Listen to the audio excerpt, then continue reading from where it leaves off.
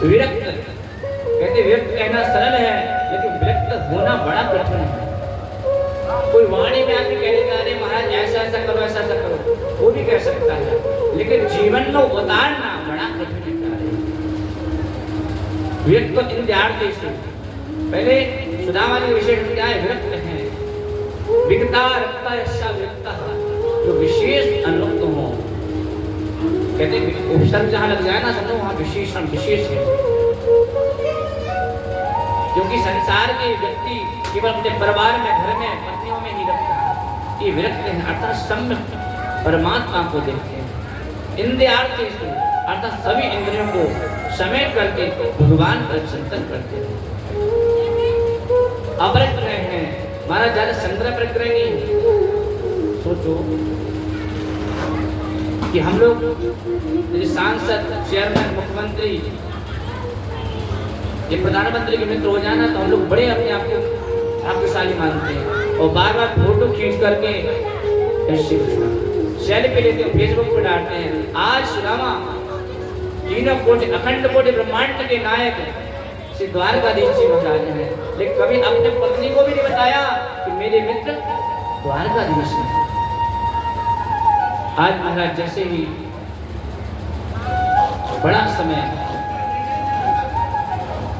चारों वेद, 6 शास्त्र सबको जानने वाले हैं,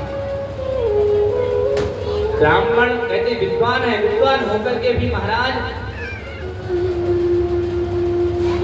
श्रोण्य वृत्ति से अपना जीवन यापन कर रहे हैं। श्रोण्य वृत्ति किससे कहते हैं? श्रोण्य वृत्ति कहते हैं कि जब किसान है ना, जो किसान अपने खेत में से संपूर्ण अन्न को ले जाए और ले जाकर के जो उसमें बचा रहता ना, उसके बाद जो बीनने वाले हैं वो ले जाएं। उसके बाद जो पक्षी आते हैं और पक्षी जो अन्न धन उठाते हैं, उससे जो बच्चा कुचा होता है उसमें से बीन करके अन्न धन ले आना, उसको पिसवा करके ठाकुर जी को प्रसाद भरा करके उसके बाद अपने जीवन को यापन करना। उसमें से दशावंश जो भी आता है धन, उसमें से 4 हिस्सा करते हैं। पहला हिस्सा महाराज कहा, पहला हिस्सा ठाकुर जी को, दूसरा हिस्सा गाय माता को, तीसरा हिस्सा अतिथि को और 14 हिस्सा अपने परिवार को।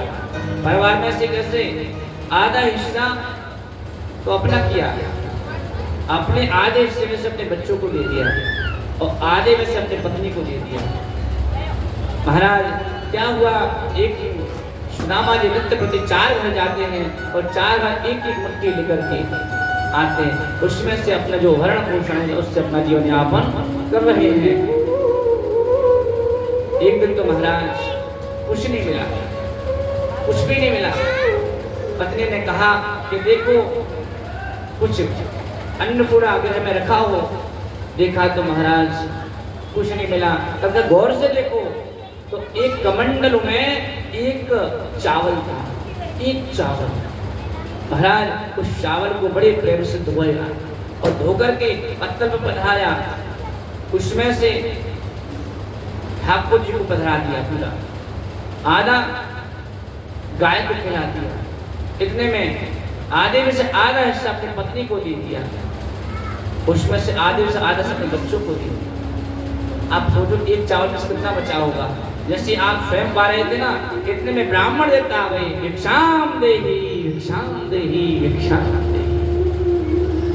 महाराज बड़े प्रेम से कहा, अरे आइए ब्राह्मण देवता आइए। अब सोचो भैया किसी को चावल मिल जाए, उसमें से कितने टुकड़े होंगे और उसमें से फिर आधे में से आधे, आधे में से आधे, कितना बचा इतना, और वो आप स्वयं पा रहे हो तो फिर कोई आ जाए तो आपको कैसा लगेगा? दे दोगे? अरे महाराज भाड़े में आ दो, पहले अपना काम बनता, भाड़ा में जनता। आज का मूल मंत्र क्या है? कहते अपना काम बनता और भाड़ा में जाए जनता। याद रखो भैया, अपना पेट तो पशु पक्षी भी पाल लेते हैं, पर हित सरस धर्म नहीं भाई। सबसे बड़ा धर्म यही है, पर हित। आज सुदामा जी महाराज ने देखा कि ब्राह्मण देवता आए हैं, क्योंकि ब्राह्मण देवता के साक्षात भगवान है। याद रखो जीवन में यदि कोई भी आ जाए, क्योंकि भगवान परीक्षा लेते हैं कि अभी भी इसके अंदर दृढ़ता है कि नहीं है। और आज द्वारकाधीश जी ऊपर से देख रहे हैं, वो मुस्कुरा रहे हैं, लक्ष्मी मैया से कह रहे हैं देखो मेरे भक्त के पास एक चावल था, उस चावल में से मैंने 10 जगह दे दिया और केवल एक 10वां बचा और ब्राह्मण देवता पहुंच गए, अर्थात स्वयं अपना रूप धारण करके पहुंच गए परीक्षा लेने के लिए और कहा भिक्षाम देहि ब्राह्मण भिक्षाम देहि, और उसको बड़ी आदर से सम्मान से पत्तल पर रख करके बगल में जल रख के आई ब्राह्मण देवता पधारी पाई तो खुआ दिया। आज तो सुदामा जी महाराज भूखे ही लेटे और इधर लक्ष्मी मैया 56 प्रकार के भोजन ठाकुर जी के सामने लेकर आई। आज प्रभु का मुखकमल उदास था, कहा आज मेरा पेट भर गया है। ठाकुर जी बोले द्वारकाधीश जी मैया से आज तो मेरा पेट भर गया, आज मेरी पानी की इच्छा नहीं। मैया बोली कि आप दे नहीं पाते थे, आज क्यों नहीं पाए, क्या बात है। तब लक्ष्मी मैया को दिखाया, ये देखो आज मेरा परम सखा परम मित्र भूखा सो रहा है। और भैया भूखे आज रोते हैं और हंस रहे हैं, आंखों से अश्रु प्रवाह धारा प्रभावित हो रही है, श्री कृष्ण श्री कृष्ण श्री कृष्ण नाम का उच्चारण कर रहे हैं। और ऐसा लग रहा है जैसे आज सुदामा जी के आंखों से साक्षात भागीरथी गंगा प्रकट हो रही है। जब प्यारे सुदामा जी ने आज कुछ नहीं पाया तो हमारे प्रभु ने भी कहीं कुछ नहीं पाया, आज भूख सो गए। अर्थात भगवान ये बताना चाहते हैं कि यदि मेरा भक्त भी भूखा रहता है तो मैं भी भूखा रह जाता। इस प्रकार से दिन व्यतीत होने लगे। आज पड़ोस में आई, सुदामा जी नगर में भिक्षा मांगने के लिए गए थे। पड़ोस में बोलने लगे, अरे सुशीला, सुशीला कौन है पता? ये गर्गाचार्य की पुत्री है, इनका एक नाम है कौमुदी। आप सोचो गर्गाचार्य की पुत्री होते हुए भी इस प्रकार से जीवन व्यतीत कर रही है। जब गर्गाचार्य जी सोना चांदी हीरा मोती सब दे रहे थे तो सुदामा जी ने क्या कहा, आज आदमी हाथ बढ़ा देता है कि हमको ये चाहिए ये चाहिए ये चाहिए। कहा कि भैया हमें कुछ नहीं चाहिए, केवल आपकी पुत्री चाहिए। केवल पुत्री को लिया था सुशीला को, कुछ नहीं चाहिए। जीवन में याद रखो सबसे बड़ा धन होता है कन्या। यदि कन्या सुंदर संस्कार है ना तो आप घर को स्वर्ग बना देगी। और याद रखिए जीवन में कुछ संस्कार है ना तो सोचो आपका महाराज आप अरबपति खरबपति हैं तो महाराज रोडपति बनने में समय नहीं लगेगा। आज भैया आदमी बड़े बड़े फ्लैट बन करके आदमी दहेज पर दहेज लेते जा रहे हैं। सबसे बड़ा संस्कार ही धन है। आज तो गर्गाचार्य जी ने सब कुछ दिया लेकिन सुदामा ने कुछ नहीं लिया, केवल 1 रुपए। ये आप अपनी कन्या को दे दो और यदि हमें सामर्थ्य होगी तो हम आपकी कन्या को हमारे कभी जीवन में भूखा नहीं रहने देंगे। ये दाम्पत्य जीवन है। सुदामा बाद में पालते हैं, पहले अपनी पत्नी खिलाते हैं। आज जैसी पड़ोसन आई और पड़ोसन कहने लगी, अरे सुशीला तू ऐसे दुखी में जीवन व्यतीत कर रही है तो अपने पति से क्यों नहीं कह देती? पता है आपके पति के परम मित्र द्वारकाधीश हैं और आप अपने पति से कहो कि वह द्वारकाधीश जी के पास चले जाएं और द्वारकाधीश जी के पास जाते तेरे संपूर्ण घर की जीवन की दरिद्रता दूर रह जाएगी। आज सुदामा जी जैसे आए और आकर के बड़े प्रेम से एक मुट्ठी चावल मिले, उसमें से ब्राह्मण को, गाय को, संतों को और भगवान को, अपने बच्चों को सुनो। एक मुट्ठी चावल में 7 बच्चे हैं और बच्चों से कह देते जैसे ही भोजन नहीं मिलता तो बेटा आज एकादशी है, एकादशी कह देते बेटा आज एकादशी है, आज व्रत रखना पड़ेगा। हम लोग 15 दिन में एकादशी नहीं रह पाते हैं और उनकी नित्य प्रति एकादशी हो रही है। जैसे आए, अरे स्वामी जी हमने सुना है, आपने तो नहीं बताया है। याद रखो जो गोपनीय से गोपनीय चीज छुपा के रखना चाहिए। आदमी सांसद प्रधानमंत्री के साथ सेल्फी लेकर बताते हैं हमारी मित्रता है। आज द्वारकाधीश ने बताने के मेरे 3 लोगों के स्वामी परम मित्र हैं। जब पत्नी ने पूछा तब कहा हाँ हम दोनों साथ पढ़े हैं महर्षि शांतिपन के आश्रम में उज्जैन में। कहा तो आप अपने परम मित्र के पास क्यों नहीं चले जाते, वो आपको बहुत सारा धन दे देंगे जिससे हमारे घर की गरीबी है दरिद्रता वो दूर रह जाए। सुदामा जी क्या सुंदर वचन बोले कि जीवन में याद रखो मित्र वही मित्र नहीं है कि मित्र से मांगना पड़े, मित्र वही है कि केवल अपने मित्र का चेहरा देख के समझ जाए कि आज हमारा मित्र दुखी है, इसको कुछ ना कुछ आवश्यकता है।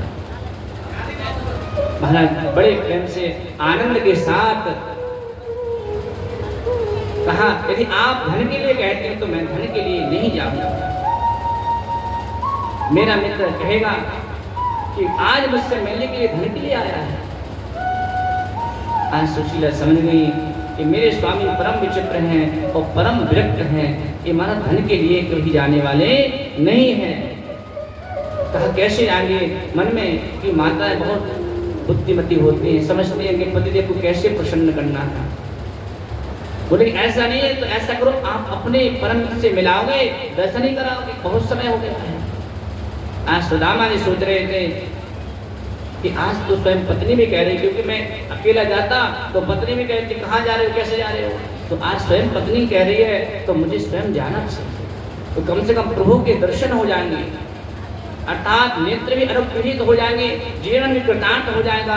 तो आज हम परम प्रीतम अपने श्यामा श्याम से मिलेंगे। कहा चला तो जाऊंगा लेकिन मित्र के पास, गुरु के पास, अग्नि के पास, बहन के पास, मंदिर के पास रिक्त हस्तम न गच्छति, खाली हाथ नहीं जाना चाहिए। बहन के यहाँ जाओ और खाली हाथ पहुँच जाओ और भांजे सोचे कि मामा जी आए कुछ लेकर आए होंगे और पता चला मामा जी तो कुछ लेकर नहीं पहुँचे। गुरु के पास पहुँचो, गुरु जी सोचे चला बड़े दिनों में आया है तो कम से कम बच्चों गर्म पापा लेके जाओ तो गुरु जी खुश हो जाएंगे। भगवान की जय। और अग्नि के पास जाओ तो कुछ ना कुछ अर्पण करना चाहिए। आज सुदामा जी बोले कि मित्र के पास जाएंगे और इतने समय जाएंगे तो कुछ ना कुछ लेके तो जाना ही चाहिए। हमारे पास तो कुछ नहीं, क्या लेके जाओ। देखिए भक्त भगवान को सब कुछ देना चाहता है, लेकिन आज बड़ी अद्भुत बात है, हमारे पास है तो हम देना नहीं चाह रहे हैं। आज भक्ति के पास कुछ है नहीं तो देना चाह रहे हैं। पत्नी से कहा कि आप कुछ ना कुछ व्यवस्था करके लाओ। महाराज पत्नी सुशीला गई और 4 घरों से एक एक मुट्ठी चावल लेकर आ गई। चावल तो लेकर आ गई, अब किसमें बांधूं, कपड़ा है तो सही लेकिन हमारा 8 जगह से फटा हुआ है, उसको सिल करके उसमें चावलों को स्थापित किया और सुंदर पोटली बना दी। पोटली बना करके सुदामा जी ने अपने कांख में दावले और आज सुदामा जी अपने परम मित्र परम प्रिय सखा से मिलने जा रहे हैं। महाराज द्वारकाधीश से आंखें मिच कर देख रहे हैं, आज हमारा परम मित्र प्रिय सखा आ रहा है। महाराज धोती 10 जगह से फटी हुई है और महाराज पैर में कुछ पहने नहीं है, एक हाथ में डंडा लिए हुए हैं और मुख में भगवान का नाम स्मरण करते हुए बड़े प्रेम से आनंद के साथ जैसे जा रहे हैं। और छुपा कहाँ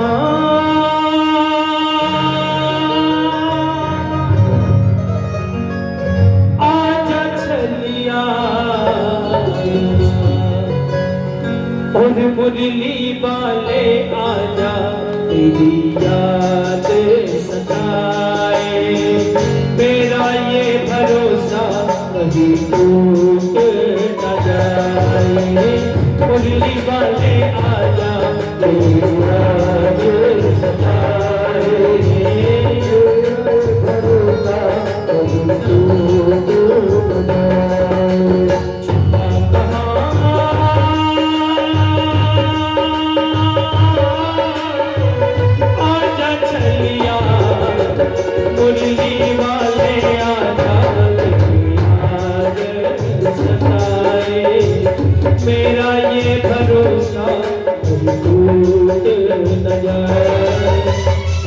मुरली वाले आजा तेरी याद सताए, तेरा ये भरोसा कहीं टूट न जाए।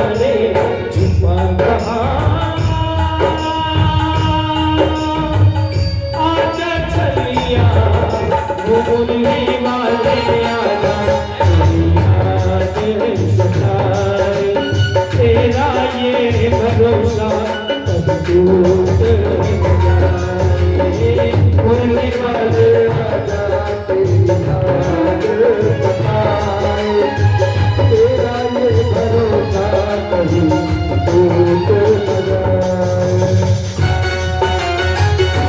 न जाए।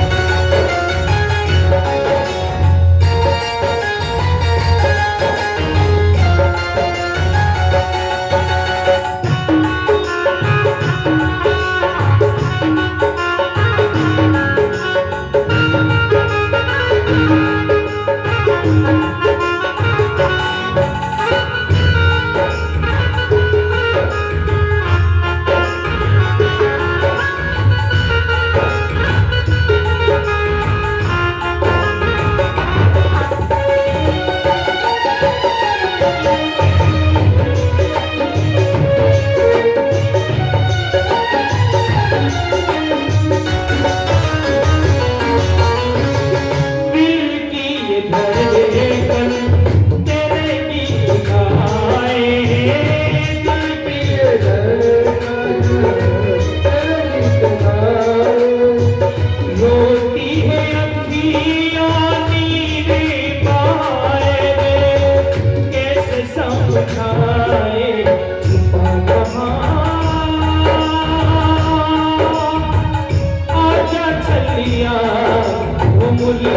वाले आजा तेरी याद सताए, मेरा ये भरोसा टूट न जाए। मुरली वाले आजा तेरी याद सताए, मेरा ये भरोसा टूट न जाए।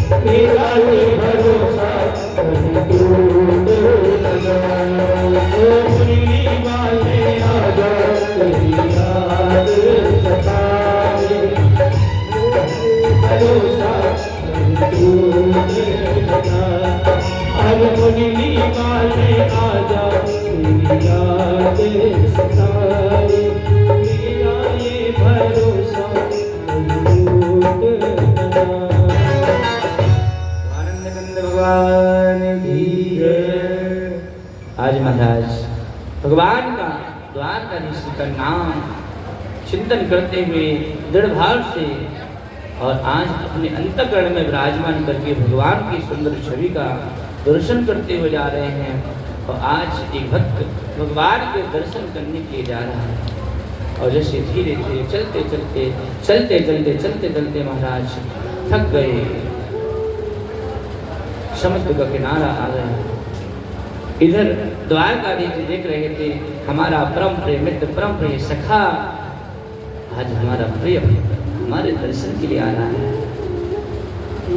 भगवान कहते हैं जो आए मेरे एक पग मैं आऊं पग हजार, जो मेरे लिए एक पग चलता है मैं उसके 10 पग चलता हूँ, जो मेरे लिए 100 पग चलता है मैं उसके 1000 पग चलता हूँ, और जो मेरे लिए 1000 पग चलता है मैं उसके लिए करोड़ पग चलता हूँ।